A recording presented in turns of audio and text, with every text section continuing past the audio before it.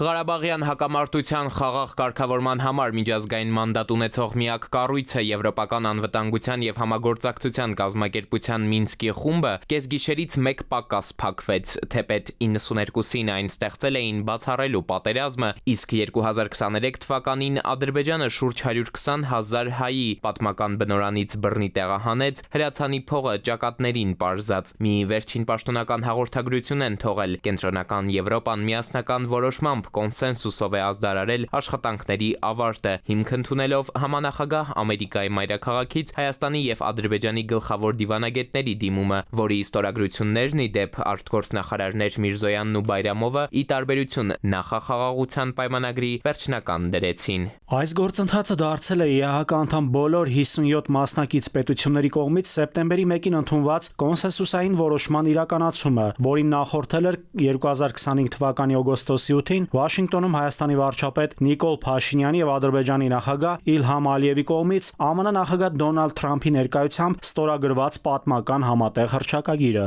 Խաղաղության հասնելու իրականում միայն փաստաթուղթ ստորագրելու համար Ալիևը նախապայմանների առաջին շարքում էր տեղավորել Մինսկի մանդատը վայր դնելու հարցը։ Ադրբեջանական կողմն այս ընթացքում որևէ հետքայլ չարեց ի տարբերություն պաշտոնական Երևանի։ Մեր իշխանություններն ավելի ուշ ստիպված եղան նաև հրաժարվել Բաքվի դեմ միջազգային բոլոր դատական հայցերից, սահմանագոտում եվրոպացի անզեն դիտորդների պարեկությունից։ Ու չնայած այս ամենին, Ադրբեջանն այդպես էլ նահանգներում չստորագրեց խաղաղության պայմանագիրը, միայն նախնական ստորագրություն թողեց փաստաթղթի տակ, այն վերջնական դարձնելու համար պնդելով, թե խոչընդոտ կա Հայաստանի սահմանադրությունը։ Ալիևի կոկորդին է մնացել մեր մայր օրենքը, նախաբանում անկախության հռչակագրին հղում կա, իսկ այս պատմական փաստաթղթում ամրագրել ենք Արցախի հետ վերամիավորվելու մեր ազգային նպատակը եւ Բաքվի իշխանությունները իբրև տարածքային պահանջ են այս դրույթը ներկայացնում։ ԵԱՀԿ Մինսկի խմբի ձևաչափի դադարեցման ուղղված աշխատանքները եւս մեկ անգամ փաստում է, որ հայկական կողմը Արցախյան հակամարտության խաղաղ կարգավորման գործընթացում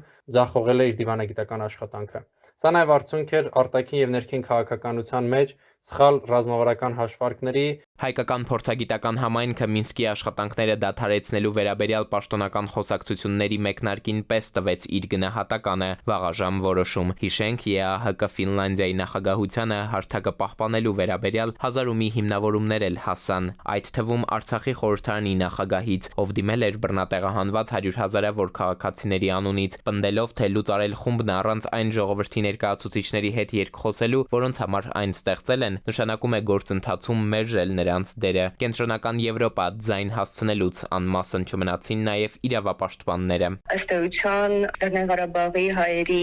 իրավունքների խնդիրը որևէ կերպ ընթացող գործընթացներում ներառված չեն, այդ թվում է վերադարձի իրավունքը, Լեռնային Ղարաբաղում բնակվելու եւ այնտեղ իրենց իրավունքները իրացնելու իրավունքների հետ կապված եւ մի շարք այլ։ Արցախցիները պահանջելով Մինսկի մանդատը վայր չդնել, հենց այս խնդիրներն էին օրակարգում փորձում պահել։ Հիմա ուզում են միայն Եվրոպան իմանա, Մինսկը պարտականություններ ուներ, չկատարեց։ Առաջին հերթին հենց համանախագահող երկրների կողմից մենք չտեսանք այն արձագանքը, որը պետք է դատապարտեր եւ անընդունելի համարեր Ադրբեջանի կողմից Արցախում իրականացրած մարդկության դեմ ուղղված հանցագործությունները։ Ի դեպ հետաքրքրական է, Մինսկի խումբն ուներ 3 համանախագահ՝ Ամերիկան, Ֆրանսիան, Ռուսաստանը։ Խմբի լուծարման գործընթացը մեկնարկեց Վաշինգտոնից, Փարիզը ողջունեց քայլը, իսկ Մոսկվան դեռ 2022-ին էր հայտարարել, հավաքական արևմուտքի մայրաքաղաքները հրաժարվել են Մինսկի շրջանակում համագործակցել իրենց հետ։